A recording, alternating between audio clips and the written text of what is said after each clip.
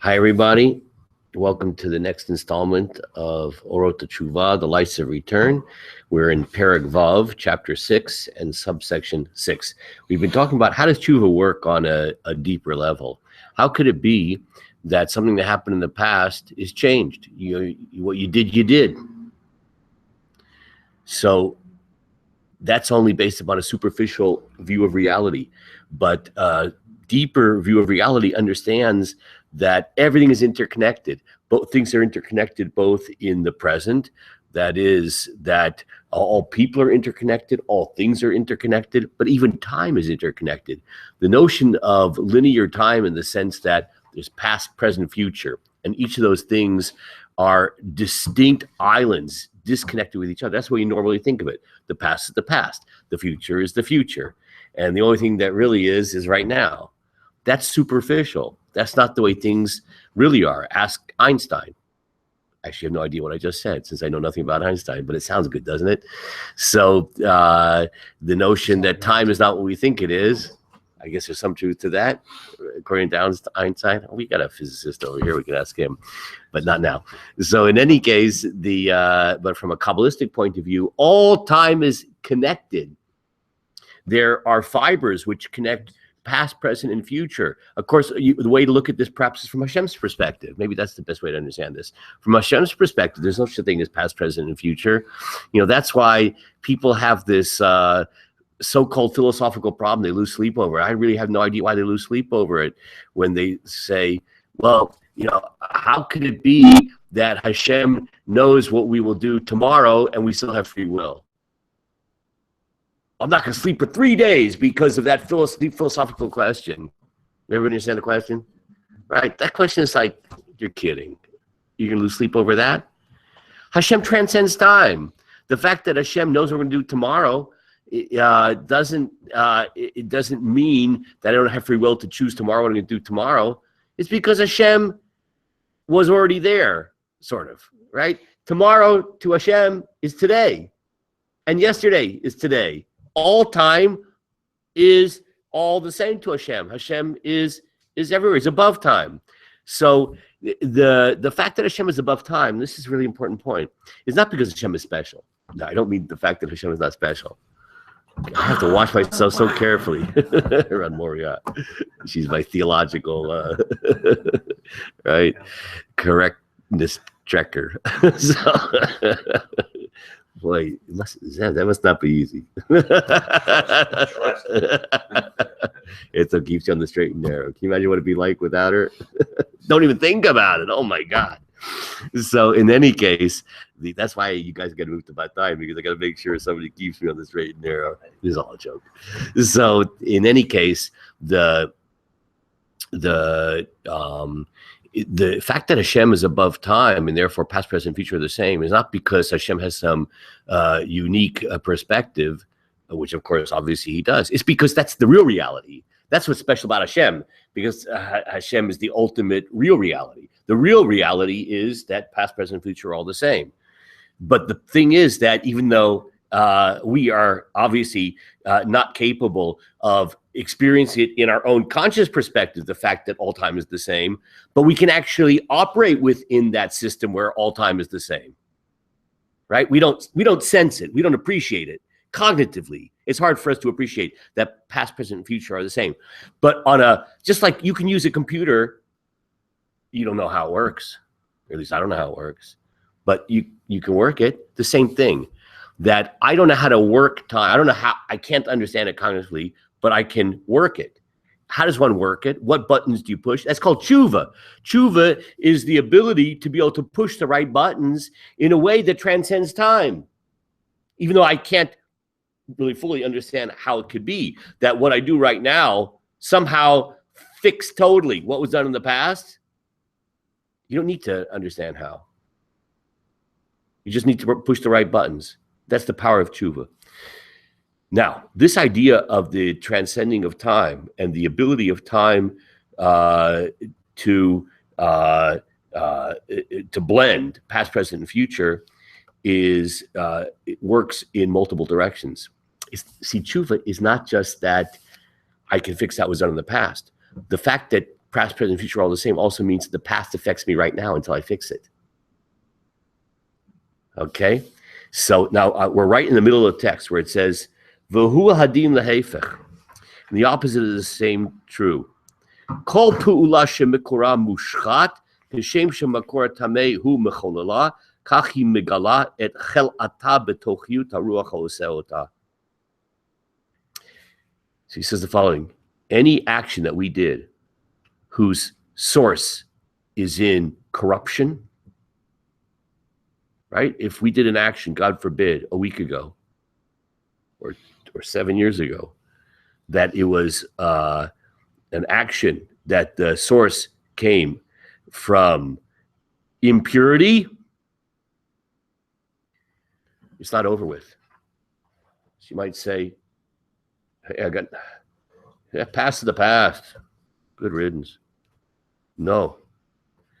It, in fact, and this is very powerful words here, Migala et chel ata betochiyut haruach ha'oseota. It continually reveals. Now, can anybody tell me what the word chole means? Amisha Berach for a chole. Yes. Sickness. Chel ata. It reveals its sickness into the spirit of the person that did it right now. That we are being infected with spiritual disease from a source of infection that happened 7 years ago, and 14 years ago, and 21 years ago. We all think we'd like to get rid of our adolescence. That wasn't me. Well, I got way past that. No. There is infection, which is spreading its disease throughout our system, even right now, because time is all one. So there are flows of time going backwards and forwards because it's all one, unless we fix it. And so it's a two-sided coin. For the same reason that we can fix it, we're also affected by the negative if we don't fix it. Ad asher ya'akra. That infection infects us until we uproot it. Ya'akra, akara, la'akor. Until we uproot it, mimikora, from its source. How do you do that? By ruling over our actions and our will with what power? Koach hagadol shel tshuva. And everybody can translate that. What's koach? Koach, help me out. Strength, power, gadol, great. The great power shel tshuva, of tshuva. This is the ultimate penicillin. It's an amazing thing. The penicillin of doing tshuva right now sends back into time its healing power. It heals the source of the infection, which was 7 years ago or 21 years ago. And then we heal. We heal in the present by the power of tshuva reaching back into time and healing the source of the infection. Sha'az bihit aluta. And then, when the force of tshuva arises on the level of love, tshuva out of love, tikba et midura ba'omek hatov. And then the tshuva is dwelling in the depths of goodness, is a very poetic language, v'taket agalim mimata lamala, and then the healing waves flow from below to above. Okay, and then like any other action, which is a good action, which impacts in a good way. Okay, so I want to read to you. Where did I see that? Yeah, I want to read to you this passage from Mesilat Yesharim. Mesilat Yesharim is the great classic work of the Ramchal, Reb Moshe Chaim Luzzatto. You don't have this in front of you, okay? Now, the Ramchal was a great Kabbalist, but when you look at his books, they're on Kabbalah. They're not easy to understand, but he wrote several books that are the underpinnings is Kabbalah, but it's not expressed in Kabbalistic language. And the most famous of that is Path of the Just, Mesilat Yesharim. It's on the shelf here. I hope everybody has has learned parts of it at least. That's a real powerful sefer and his most famous sefer. In there, and he doesn't speak in Kabbalistic language. We just explain it more in Kabbalistic language, the idea of the way time is actually all unified and the ability of something to happen in the past to impact us and infect us in the present, and the ability to reach back into the past and to heal the wound, which then sends its healing powers into the present, etc. So just want to read to you sort of a non-Kabbalistic expression of that from Mesilat Yesharim, in case we have any non-Kabbalists here. This is a non-Kabbalistic expression of that. Hatshuva techashev akirat ratzon kakirat hama'aseh. Tshuva does what? It considers that when one uproots the will or intent, it uproots the action. That's the way he describes it. In other words, when I change my attitude towards what I did before, I regret it. I regret it so deeply. When I did it, I didn't regret it. I was putting all my energy into doing that particular sin with joy. But now, looking backwards, I feel deep regret. I take upon myself resolve to behave differently in the future. All those things are ratzon. It's all intention, or another word we use for that. It starts with a kaf. What would that be? Kavana, right? So Mesilat Yesharim has an amazing idea that the change of kavana, the change of ratzon, it has the impact. Akirat hama'aseh uproots the deed from the past, uproots it. There's a root canal. It never happened. Like it never happened. It's actually not quite never happened. It actually transforms it into a mitzvah, if you can imagine such a thing. Dahainu, he goes on to say, Shebiyot hashav makir et cheto, when the person recognizes all happening in your head, the sin, umodebo, confesses, admits it in a very clear way, umit bonein al ra'ato, he contemplates the evil that he did, vishav, and he repents, umit charet alav charata gmurad demikara, and he feels a complete, total regret for what he did. Kecharatat haneder mamash. And he gives a fantastic halachic analogy. You know what this is like? It's like someone who regrets a vow, shumit nachim legamre, where a person regrets making that vow. And he feels so deeply that he wished he had never made that vow. Umitz de erbelibo. Tsar chazak al shekvar naaseh davar vozevoto lahaba uborech mimenu. So let's just pause there for a second. This is a thing called hatarat nedarim. You make a vow. Vow is a serious thing. You made a commitment. Talk is not cheap. We don't believe that.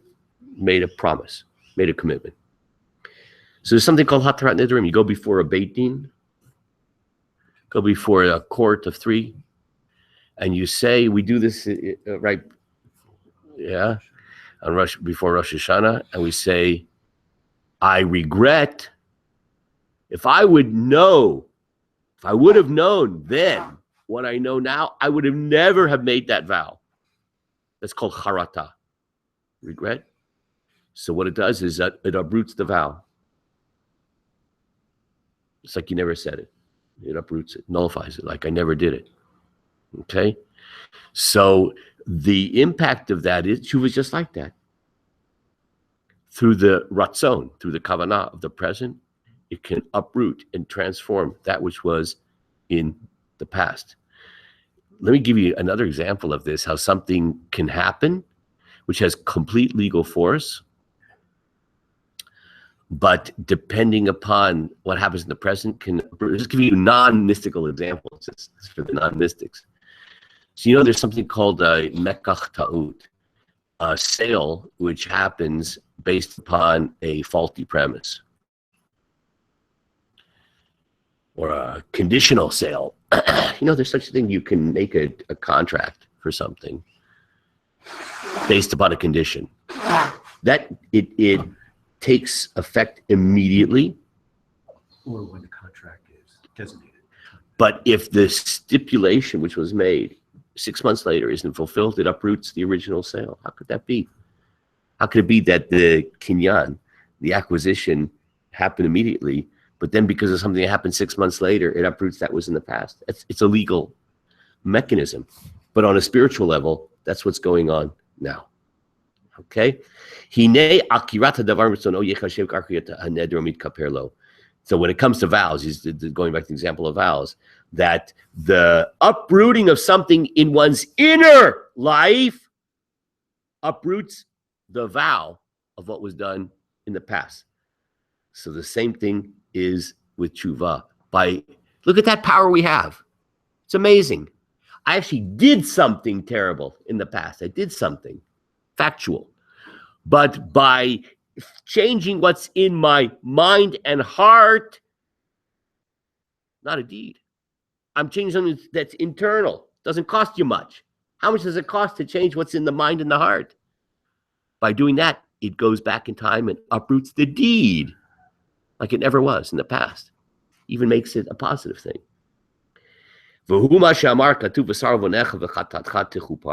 That's what it means when it says the prophet Yeshayahu talks about the power of tshuva. And he says that tshuva does the following. V'sar avonecha.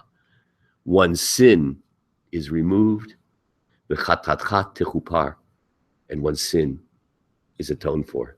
It's uprooted and gone. Okay, we'll stop here and we'll go on Be'ezrat Hashem tomorrow.